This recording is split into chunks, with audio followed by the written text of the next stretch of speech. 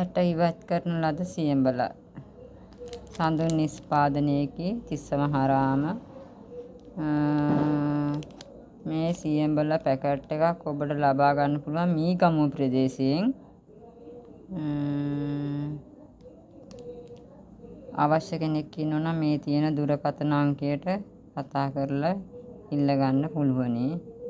වැඩිපුරම සියඹල තියෙන්නේ මීගම් ප්‍රදේශයේ.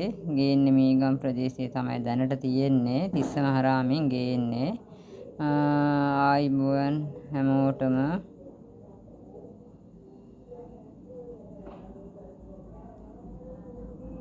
තෙරුවන් සරණයි සියලු දෙනාට. මේක බලලා මට කමෙන්ට් එකක් දාන්න.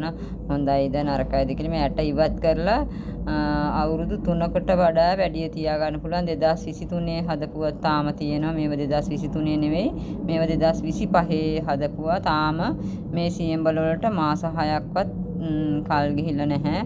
සැප්තැම්බර් අගෝස්තු ගත්තු සියඹල මේවා.